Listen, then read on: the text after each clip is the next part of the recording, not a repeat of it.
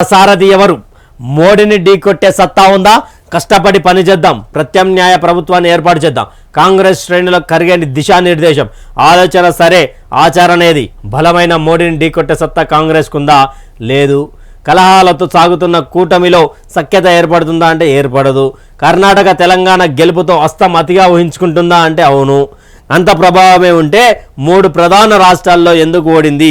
అసలు మోడీ లాంటి ప్రజాదరణ ఉన్న నేత ఎవరున్నారు? రాష్ట్ర జబర్దస్త్ వార్తను తీసుకొని వచ్చింది. జబర్దస్త్ అంటే జబర్దస్త్ వార్త, మామూలు వార్త కాదు ఇది. ఈ యొక్క కూటమి, ఇండియా కూటమి నరేంద్ర మోడీని 2024 లోక్సభ ఎన్నికల్లో ఓడగొట్టడానికి 26 పార్టీలు కలిసినాయి మిత్రులారా. 26 పార్టీలు కలిస్తే 26 పార్టీలు కలిసినటువంటి ఇండియా కూటమి ఏదైతే ఉందో, ఇండియా కూటమిలో భాగంగా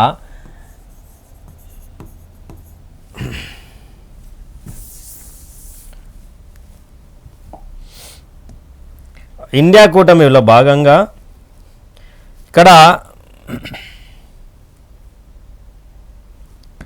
ఎవరెవరున్నారో చూద్దాం, ఒకసారి చూసే ప్రయత్నం చేద్దాం. ఫస్ట్ ఈ ఫోటోలు ఇచ్చారు కదా, అబ్బో. ఇక మూడోసారి విజయం సాధించి హ్యాట్రిక్ కొట్టాలనే వ్యూహాల్లో ఉంది బీజేపీ. ఎట్టి పరిస్థితుల్లోనూ ఇది జరగకూడదని ప్రణాళికలు రచిస్తోంది అస్తం పార్టీ. ఈ నేపథ్యంలోనే రాబోయే లోక్సభ సార్వత్రిక ఎన్నికలు, ఇండియా కూటమి పార్టీ ఇలా మధ్య సీట్ల పంపకం, భారత్ న్యాయ యాత్ర సన్నాహాలపై చర్చించేందుకు ఢిల్లీలో పార్టీ ముఖ్య నేతల సమావేశం జరిగింది. ఇక్కడ ఒకసారి మాట్లాడుకుందాం మిత్రులారా. అంటే నరేంద్ర మోడీని కొట్టేంత శక్తి ఇండియా కూటమి వద్ద ఉందా లేదా అనేది ఒకసారి మాట్లాడదాం. ఈయన వచ్చేసి రాహుల్ గాంధీ, ములాయం సింగ్, ఈయన ఉద్ధవ్ ఠాక్రే, ఖర్గే నిద్రపోతున్నట్టుండు, నితీష్ కుమార్, సీతారాం. ఈడ ఐఎన్సి ములాయం సింగ్ది, ఇక్కడ ఉద్ధవ్, ఖర్గే, నితీష్. అంటే ఈ యొక్క కూటమి కదా, వీళ్ళు కూటమిలో ఉన్నటువంటి పర్సన్స్ కదా. నరేంద్ర మోడీ వీళ్ళంతా కలిసి, అంటే ఒకసారి మిత్రులారా 26 పార్టీలు కలిసి ఏది ఇండియా కూటమి ఉంది కదా. ఇండియా కూటమి ఎవరిని టార్గెట్ చేస్తూ ఉంది? భారతీయ జనతా పార్టీని టార్గెట్ చేస్తూ ఉంది.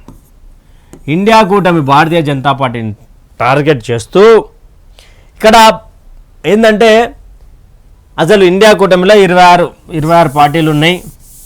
ఓకే, 26 పార్టీలు ఉన్నాయి. 26 పార్టీలు కలిసి నరేంద్ర మోడీని ఓడగొడతారు అనుకున్నాం. ప్రధానమంత్రి అభ్యర్థి ఎవరు? ప్రధానమంత్రి అభ్యర్థి కొంపదీసి భారతీయ జనతా పార్టీకి సంబంధించినటువంటి స్టార్ క్యాంపెయినర్ రాహుల్ గాంధీ అయితే కాదు కదా. భారతీయ జనతా పార్టీకి సంబంధించినటువంటి స్టార్ క్యాంపెయిన్. ఎందుకు భారతీయ జనతా పార్టీకి సంబంధించినటువంటి స్టార్ క్యాంపెయిన్ అంటున్నారా మీరు? ఆయన కొన్ని వీడియోస్ ఉన్నాయి, ఆ వీడియోస్ని కూడా మేము ముందరకు తీసుకొచ్చే ప్రయత్నం చేస్తాం. ఈయన ఒకటి అడుగుతుంటాడు, భారతదేశంలో ఏమైనా అభివృద్ధి జరిగిందా అంటాడు ఒక స్టూడెంట్స్ మీట్లో. ఎస్ అని వాళ్ళు అంటుంటారు. చూసారా, ఎవరు భారతదేశం అభివృద్ధి కాలేదని చెప్పి ఈయన పక్కన వాళ్ళకి చెప్తుంటాడు. మళ్ళీ అంటాడు, స్వచ్ఛ భారత్ ఎలా ఉంది, సక్సెస్ అయిందంటే ఎస్ అని వాళ్ళు అంటుంటారు. వీళ్ళు ఏమంటారు తెలుసా? చూసినావా, స్వచ్ఛ భారత్ ఒక సక్సెస్ కాలేదు, నరేంద్ర మోడీని మనం పండబెట్టవచ్చు అనుకుంటారు. అందుకే స్టార్ క్యాంపెయినర్ అన్నది. ఇక్కడ మరి ఉద్ధవ్ ఠాక్రే అవుతాడా, ములాయం సింగ్ యాదవ్ అవుతాడా, ఇక్కడ ఖర్గే అవుతాడా? ఆల్రెడీ ఖర్గే పేరు ప్రస్తావనలో ఉంది. ఎంత ముద్దుగా నిద్రపోతున్నది చూడరు ఒకసారి. ముద్దుగా ఒక ఏఐసిసి అధ్యక్షుడు మల్లికార్జున ఖర్గే నీట్గా నిద్రపోతూ ఉన్నటువంటి పరిస్థితి. ఇక్కడ మరి నితీష్ కుమార్కి చాలా ఎక్స్పీరియన్స్ ఉన్నది. ఈయన చాలా ఎక్స్పీరియన్స్ ఉన్నటువంటి క్యాండిడేట్. ఇక్కడ మిస్ అయిన వాళ్ళు ఎవరెవరు? మమత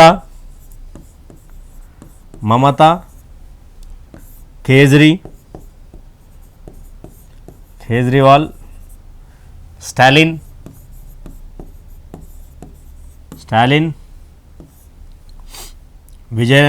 పినరయ్ విజయన్ అంటే ప్రధాన ఉన్నటువంటి. ఇక్కడ రాహుల్ గాంధీకి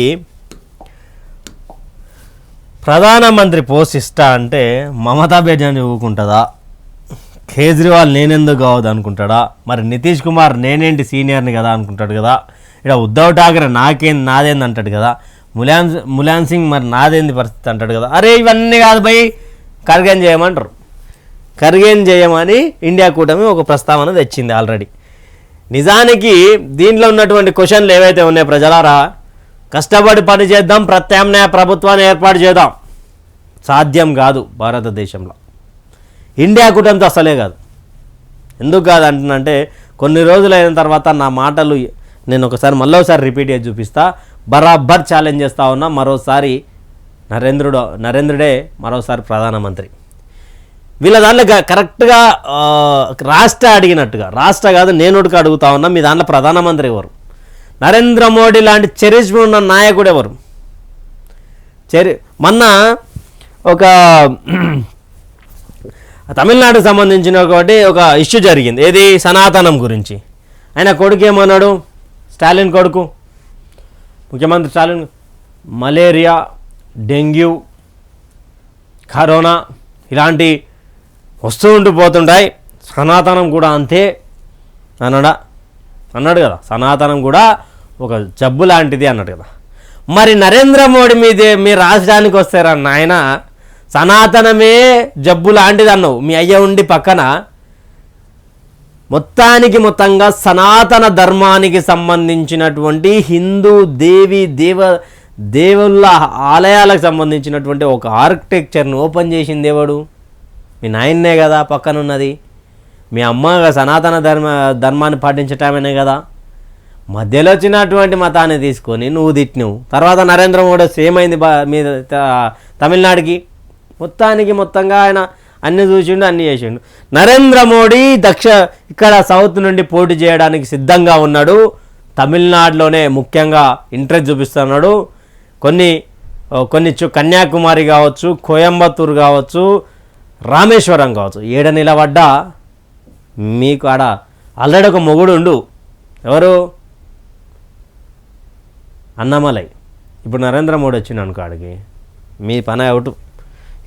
ఇది ఉడక ఆయన స్టాలిన్ కూడా నేను ఎందుకు కావద్దు అంటారు. ఈడ ఉన్నటువంటి కూటమిలో ఎవరికి సఖ్యత లేదు కాదు. ఇట్లా ఇంకా వచ్చింది.